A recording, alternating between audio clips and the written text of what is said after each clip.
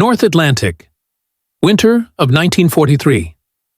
The sea is black glass, broken only by the faint silver of moonlight and the slow, rhythmic churn of a Liberty ship's propellers. Inside the cramped radio shack, a young operator leans over his set, hands trembling, headphones pressed tight. The air smells of diesel, sweat, and salt. On the frequency band, a faint Morse signal flickers, then vanishes. He knows what it means. U-boats are out there, listening, hunting. A static hiss fills the cabin. He can almost feel their direction finders turning toward his ship. In that instant, he does something no manual ever taught. He changes the rhythm, the intervals, the signal's heartbeat, and in the cold silence beyond the waves, the wolves lose the scent. In 1940, the North Atlantic was not a sea. It was a graveyard. Every night, Allied convoys carrying food, oil, and steel to Britain faced invisible predators beneath the waves. German U-boats prowled the shipping lanes in tight, coordinated formations that Admiral Karl Dönitz called Rudeltaktik, the wolf pack tactic. Each U-boat was a dagger in the dark, but together they were a pack guided by near-perfect coordination. When one submarine spotted a convoy, it shadowed from afar, transmitting silent updates in short-coded bursts. Within hours, others converged. By dawn, torpedoes streaked across the black water, and another merchant convoy vanished. By late 1941, Britain's lifeline was thinning. Nearly 1,000 ships had been sunk. Supplies that fed entire cities disappeared beneath the sea. Churchill would later write that the U-boat peril was the only thing that really frightened me during the war. The core of the problem wasn't just the submarines, it was communication. Convoys depended on radio for navigation, weather reports, and escort coordination. But every transmission was a beacon. German high-frequency direction finders could triangulate a ship's position within minutes. The Allies faced a cruel paradox. Silence meant safety, but isolation. Communication meant coordination, but death. Each merchantman carried at least one radio operator, usually a young civilian barely trained beyond Morse code discipline. Their orders were clear: transmit as little as possible, use short bursts, and always follow call sign protocol. Yet storms scattered convoys, escorts lost contact, and confusion reigned. In those moments, a single transmission could save dozens of lives, or doom them. The Germans, for their part, perfected their listening network. The B-Dienst, or Naval Intelligence Service, intercepted Allied signals from shore stations as far away as France and Norway. Combined with U-boat reports, it created a deadly net that trapped entire convoys. By early 1942, the Atlantic seemed lost. American entry into the war brought more ships, but also more targets. U-boats prowled the American coastline, sinking tankers within sight of New York's lights. Even as new escort vessels, corvettes, and destroyer escorts joined the fight, the balance tilted toward the hunters below. What the Allies needed wasn't just stronger ships or more depth charges. They needed a way to speak without being heard. Inside that growing crisis, naval research teams in Britain and the U.S. began developing primitive encryption methods, new radio frequencies, and radar coordination systems. But innovation at sea often came not from laboratories. It came from desperate men making split-second choices in the middle of a storm. And somewhere among them, aboard a gray, salt-streaked convoy escort, one radio operator would make a choice so small it barely registered in the log. Yet that moment would echo through the Atlantic War. By mid-1942, the Battle of the Atlantic had become a technological arms race. Every innovation the Allies introduced, new sonar, radar, or code, was met by a German countermeasure. The war beneath the waves was not only about torpedoes and escorts, it was about information. Who could send it, hide it, or hear it first? British and American scientists worked around the clock to give their convoys a fighting chance. They built the first operational high-frequency direction finding sets, Huff Duff, as sailors called them, capable of detecting the brief Morse bursts from U-boats hundreds of miles away. Mounted on destroyer bridges, these rotating antennas could pinpoint a submarine's bearing in seconds. But technology alone couldn't protect every ship. The Atlantic stretched wider than any radar screen could cover. Many merchant vessels still relied on single operators, sitting alone in dim radio rooms lit by a single bulb, surrounded by the endless hum of static. Each transmission was a decision weighted with fear. Too short, and the message might not reach the escort. Too long, and a U-boat would hear. Operators lived in that fragile balance, a space measured in milliseconds. To make matters worse, Allied convoy organization was chaotic in the early years. Frequencies overlapped, codes changed frequently, and storms often scattered ships across dozens of miles. In heavy weather, even the lead escort could vanish from sight. The radio became the only thread keeping a convoy alive, and every man who touched it knew that the enemy was listening. In 1942 alone, U-boats sank more than 8 million tons of Allied shipping. The wolf packs moved in coordinated strikes, often guided by radio intelligence that traced convoy signals back to their source. German listening posts from occupied France to Norway triangulated those weak emissions and relayed bearings to waiting submarines. By 1943, however, the tide began to turn, slowly and at enormous cost. New convoy systems introduced tighter radio discipline. Instead of each ship transmitting, only designated escorts communicated. Radio logs became encrypted with one-time pads, and operators received training in counter-direction techniques. It was a fragile science, part skill, part instinct. It was during this transition, in early 1943, that one small convoy, HX-229, set out from Halifax, bound for Liverpool. 40 ships, carrying oil, grain, and munitions, escorted by a handful of British and American warships. The Atlantic was still thick with U-boats. German Admiral Dönitz had just launched Operation Paukenschlag, sending wolf packs deeper into the mid-Atlantic gap, where air cover could not reach. Among the convoy's escorts was a modest American destroyer escort, its decks coated with ice, its crew exhausted. In a narrow, steel-lined compartment below deck, a young radio operator manned his post. His name would never make the headlines. He was one of thousands, trained, disciplined, and anonymous.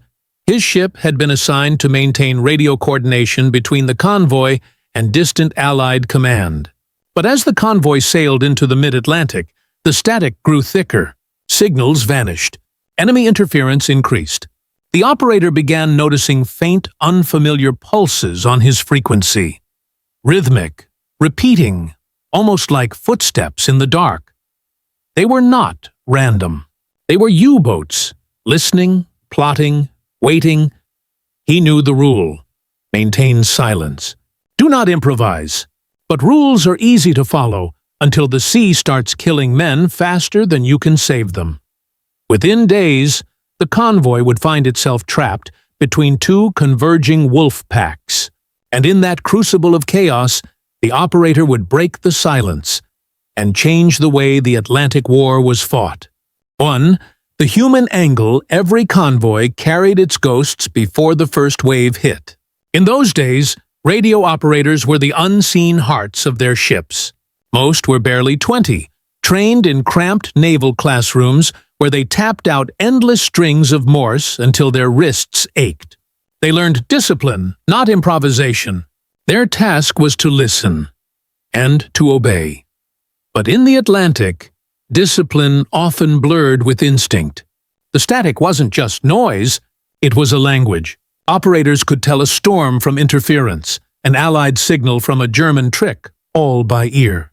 They didn't just hear the war, they felt it through the wire. When the wolf packs closed in, they sat alone in darkness, fingers on keys. knowing a single mistake could summon torpedoes from 1,000 meters below.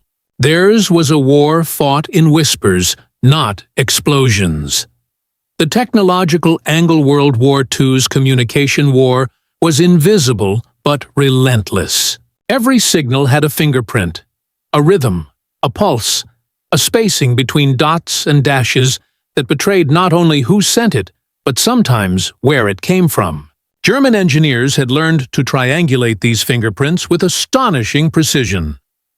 The Allies responded with innovation born of desperation. The British Huff-Duff high-frequency direction-finding system gave escorts ears sharper than any submarines. Still, the technology demanded human judgment. Operators had to interpret bearings manually, spinning dials, scribbling coordinates, and cross-checking them with nearby ships. One error, a single degree off, could send an escort searching hundreds of miles in the wrong direction. And when the sea itself swallowed transmissions, technology became only as clever as the man holding the headset. That night in 1943, one such man would turn that balance upside down, not with equipment, but with intuition. The enemy angle inside the U-boat, pens of Lorient and St. Nazaire. Donitz's captains studied Allied radio patterns like hunters studying the wind. Every Allied convoy followed habits, fixed frequencies, predictable transmission hours, and rhythmic weather updates. The B-Dienst Intelligence Corps recorded them all, mapping invisible lines across the Atlantic. When a faint Allied signal flickered through the static, the Germans didn't need to decode its content. They only needed its direction. 3 listening posts, one in France, one in Norway, and one aboard a patrolling U-boat, could pinpoint a convoy's approximate location within minutes. To the wolf pack, it was as if the ocean itself whispered where the prey was moving. They didn't chase blindly. They moved with precision, intercepting paths days in advance. For years, the system worked perfectly. Convoys disappeared one after another, the ocean swallowing the evidence. But on that cold March night, something strange happened. The B-Dienst recorded a signal, faint, shifting, unlike any they'd seen before. Bearings fluctuated wildly. 2 U-boats reported conflicting positions. Confusion spread across the network.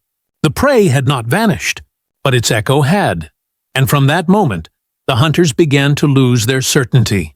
4. The leadership angle commanders of the Atlantic convoys carried a weight unlike any other in the war. They didn't command divisions or air fleets. They commanded hope.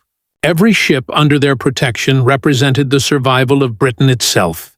But by 1943, that hope was stretched thin. From London to Washington, reports arrived daily. Convoys missing, escorts sunk, tonnage lost beyond recovery. Naval command blamed tactics, then technology, then morale. In truth, it was communication that haunted them most. Orders from the Admiralty forbade unnecessary transmissions, but silence bred confusion. Escorts would drift out of formation. Stragglers fell behind, and U-boats feasted on isolation. Rear Admiral Frederick Walker, one of the Atlantic's most celebrated escort leaders, once wrote that discipline on the airwaves is a weapon sharper than any depth charge. When news reached headquarters of an operator who had apparently confused the German network without breaking code discipline, curiosity sparked. What he had done defied every standing instruction. Yet it had worked. Commanders began to wonder if improvisation itself could be systematized. The psychological angle life aboard an escort ship was a study in endurance. Men slept in 4-hour shifts, their bunks vibrating with every turn of the screws. The smell of oil and cold salt clung to everything: uniforms, skin, breath. Radio operators were often the loneliest of them all. They existed between worlds, hearing voices no one else could hear, bearing knowledge no one else could confirm. Fatigue blurred judgment. The endless static could drive men near madness. Some swore they heard whispers in it, phantom signals, Morse that repeated their own names. To survive, operators developed rituals, rhythmic tapping on the desk, silent counting, staring at the red glow of the receiver until dawn. For the operator in our story, the night of his improvisation was one of those moments when exhaustion erased fear. Logic gave way to instinct. He wasn't thinking of strategy or doctrine. He was thinking of the men above deck, the deckhands, the cooks, the gunners, all depending on his invisible hands to keep the wolves at bay. And in that blurred moment of near collapse, his fingers changed rhythm. What others might call an error, he felt as intuition. The strategic angle, what seemed like an isolated act, would ripple through the entire structure of Allied naval warfare. In the months following that convoy's survival, signals intelligence officers pored over intercepted German reports. They found confusion in the U-boat logs, conflicting bearings, missed rendezvous, aborted attacks. Something in the Allied signal pattern had disrupted the enemy's triangulation model. Allied scientists began testing deliberate rhythm, variations, micro-timing shifts in Morse, transmissions designed to scramble German direction finders. It became part of an evolving doctrine known as radio deception. From that seed, a broader strategic philosophy grew: flexibility over rigidity. Operators were trained not only to follow procedure, but to read the ether, to sense when to bend the rules without breaking them. By late 1943, this approach fused with new technology: compact Huff-Duff units, improved encryption pads, and the first coordinated air-sea patrols. The wolf packs began to lose cohesion. Convoy losses dropped by half within months. The shift didn't make headlines. There were no medals for rhythm or instinct. But in the Admiralty's quiet reports, one phrase appeared again and again: enhanced transmission discipline, operator-initiated counter-direction.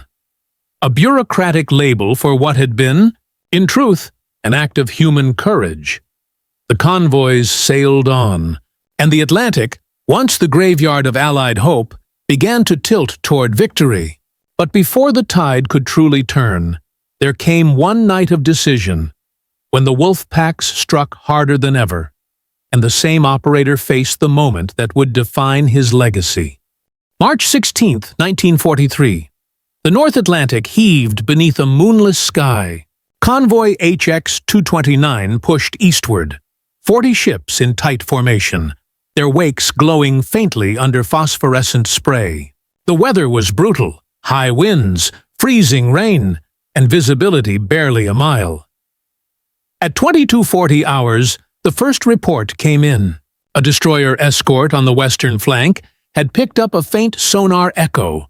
Contact bearing 210 degrees. Moments later, a lookout shouted over the storm: "Torpedo wake! Port side!" A merchant ship, Liberty Star, erupted into flame.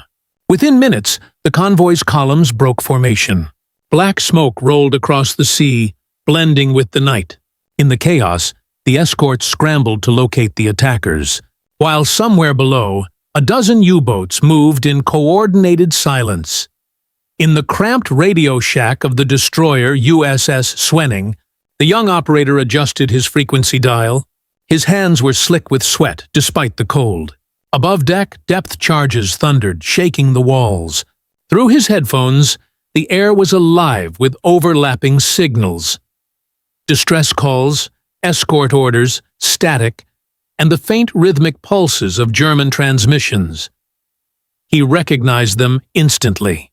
Those repeating intervals, short, precise, metallic, were B-Dienst triangulation bursts. The Germans were tracking the convoy's communications, plotting bearings from multiple U-boats to box them in. His commanding officer barked through the speaking tube, "Signal the lead escort. Maintain radio silence unless ordered." But silence now meant blindness. The convoy was scattering in panic. Without coordination, the U-boats would pick them off one by one. He hesitated, torn between orders and instinct. Then he noticed something strange. Each time the convoy transmitted, The enemy's return signals flared in a predictable rhythm. Their direction finders were anticipating the Allied pattern, responding to the timing, not just the content. It was like a metronome, predictable, mechanical, deadly. And in that realization, a thought struck him. What if the rhythm was wrong? What if they were listening to ghosts? He wiped his hands on his uniform and adjusted the key. Instead of the standard short bursts, he began altering the intervals, adding irregular pauses, shifting the timing by fractions of a second. The code remained the same, but its heartbeat changed. To anyone listening, it sounded like multiple operators transmitting on slightly different bearings. Confusion rippled across the German network. The B-Dienst operators triangulated conflicting bearings, one pointing northwest, another northeast. Submarines adjusted course, chasing echoes that didn't exist. Up above, the Swenning's radar picked up erratic movements among the wolf pack. Two U-boats crossed paths, one nearly colliding with another. The hunters were now blind in their own sea of static. For 30 agonizing minutes, the operator kept the false rhythm alive. Short bursts, irregular spacing, long silences. Then he cut the transmission altogether. Outside, the ocean roared, punctuated by distant explosions. But no torpedo came for Swenning. The convoy's remaining ships began reforming under cover of confusion. Escort vessels dropped depth charges in the wrong quadrants, deliberately, to reinforce the illusion of scattered bearings. By dawn, the sea was eerily calm again. 7 ships had been lost, but 33 survived. A miracle, given the scale of the attack. On the surface, nothing seemed extraordinary. A convoy had endured another night in hell, but deep inside the Allied intelligence network, the signals told a different story. The Germans had miscalculated their targets for the first time in months, and it all began with one operator's defiance of rhythm. When dawn broke over the convoy, the Atlantic looked like a wounded battlefield. Oil slicks shimmered across the gray waves. Smoke drifted low over the horizon, where ships burned quietly, their crews already rescued or lost. The survivors sailed on in silence, engines humming beneath the wind. Inside the Swenning, the young operator sat slumped in his chair, his headphones around his neck. His hands still tingled from hours of tension. He didn't yet realize what he had done. At 07:15 hours, the escort commander convened a brief radio conference. Despite the attack, the convoy's position remained intact. Reports from the lead escorts indicated that enemy contact had ceased entirely around 04 Fanards, a rarity. Normally, U-boats would stalk the wounded convoy for days, but this time they had vanished. By noon, Allied command in Liverpool received fragments of intercepted German traffic. It told a confused story. Multiple convoys sighted. Bearing uncertain, contact lost after transmission interference. To the British intelligence officers monitoring Bletchley Park's naval intercepts, this phrasing was curious. No Allied convoy had been in that sector besides HX-229, yet German operators were reporting phantom convoys, echoes that had shifted and disappeared mid-signal. Something in the Allied transmissions had disrupted their bearings. Within 48 hours, a signal analysis team reviewed the Swenning's radio logs. The timing anomalies stood out immediately. The operator's rhythm deviated from standard protocol, sometimes by half a second, sometimes more. On paper, it looked like error.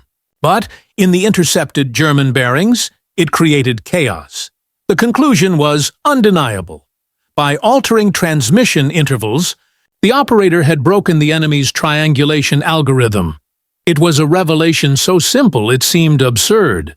German direction finding relied on synchronous bearings from multiple listening posts.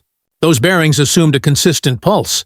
When the pulse changed mid-sequence, bearings no longer intersected, producing false locations. To the Germans, it was as if the ocean itself had split into multiple ghosts of the same convoy.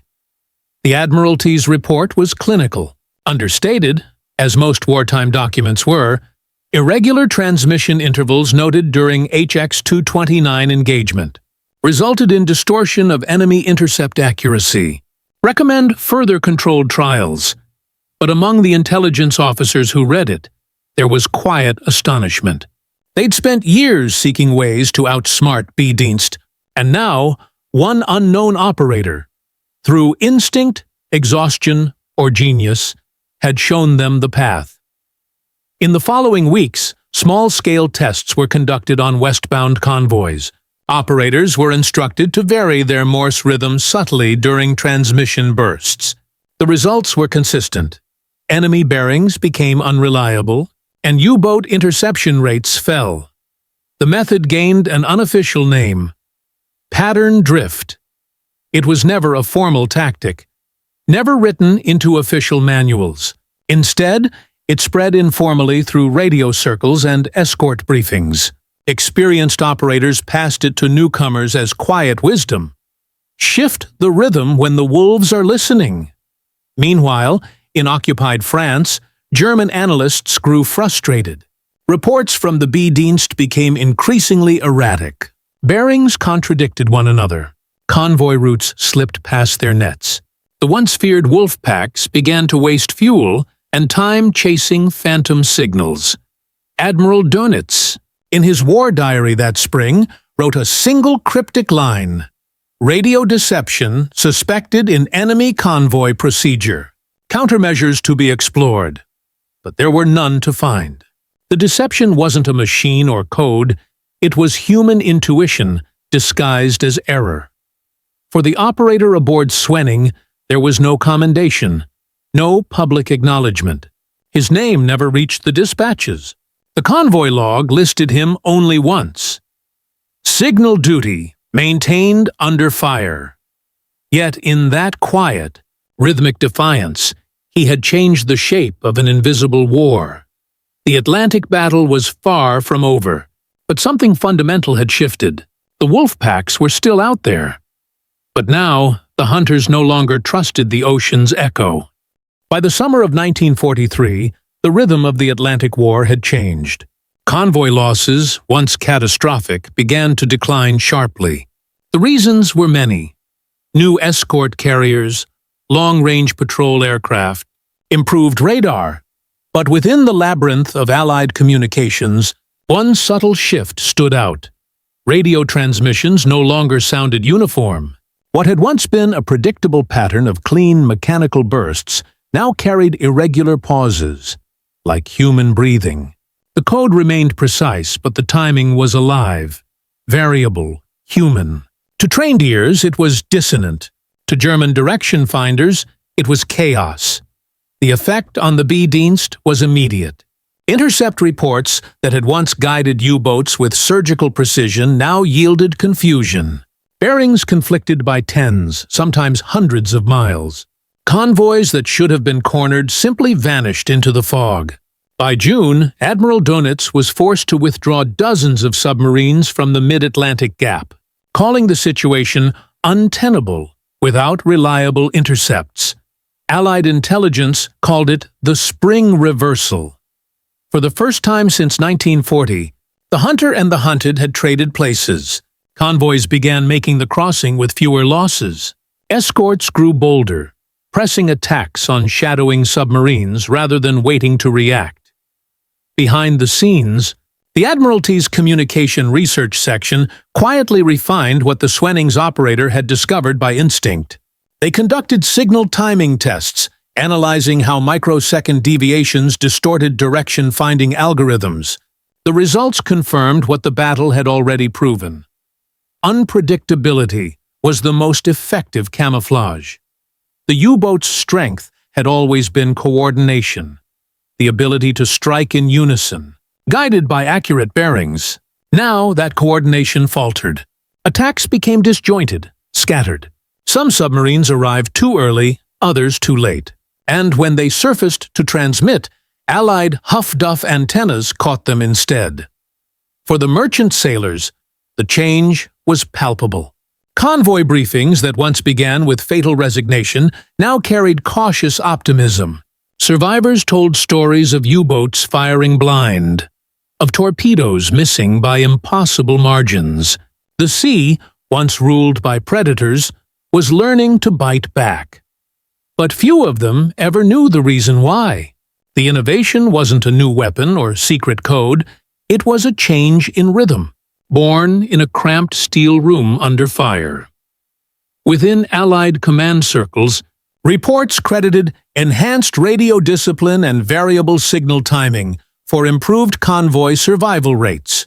In truth, that phrase masked something simpler: the quiet triumph of a single human instinct over the cold perfection of a machine. The war would soon move toward its final, desperate years, but the lessons of that spring endured. And while historians would later point to sonar and code-breaking as the turning points of the Atlantic, the truth lay partly in the spaces between the dots and dashes, in the unpredictable heartbeat that fooled the wolves. When the Atlantic finally calmed in 1945, the statistics told their own story. In the first half of the war, U-boats had sunk more than 2,600 Allied merchant ships, nearly 14 million tons of shipping. But in the final 18 months, those numbers plummeted. Convoy survival rates reached record highs. The hunters had been hunted down. Amid the sweeping analyses of sonar, radar, and code-breaking triumphs, few reports mentioned the subtle discipline of signal variation. Yet buried in a 1944 Admiralty memo, declassified decades later, was a brief citation. Implementation of randomized transmission timing across escort vessels has significantly degraded enemy bearings. Technique originated fieldside, March 1943. Further refinement advised. No names, no ceremony. Just a line in a technical summary. But behind that line stood the anonymous operator who, by intuition alone, had invented what modern strategists would later call signal obfuscation. In the post-war years, as the Cold War dawned, this discovery became doctrine. Naval academies taught it under the principle of transmission security, TRANSEC, the deliberate alteration of timing, frequency, and signal patterns to defeat electronic tracking. What had begun as a desperate improvisation aboard a convoy ship became a cornerstone of modern communication warfare. By the 1950s, NATO fleets were experimenting with frequency-hopping radios, burst transmissions, and coded signal intervals, all designed to emulate what that young operator had done with his trembling hands. The logic was the same. Make the signal unpredictable, and you make it invisible. In Germany's post-war naval archives, researchers studying the collapse of the U-boat campaign cited a growing loss of intercept coherence from 1943 onward. Analysts later linked it to the Allies' erratic transmission patterns. What one historian called the sound of uncertainty turned into a weapon. The operator himself faded into history's static. His name was lost among the thousands of ratings who served, signaled, and survived the Atlantic's brutal rhythm. Yet his act lived on. In every encrypted burst radio of the Cold War, in every stealth transmission beamed from a submarine deep beneath the ice. By the time the digital age arrived, the principle had evolved into algorithms, protocols, and cyber defense systems. Randomness, once an accident, became strategy. Today, when warships communicate in encrypted bursts or drones shift frequencies mid-transmission, they echo a decision made in the flicker of one man's fear, a decision that helped convoys slip past the wolves and reach the shore. And though history seldom records the names of those who listen instead of fight, the Atlantic remembers, in its silence, in its static, in the ghost rhythms that once carried a heartbeat through the dark.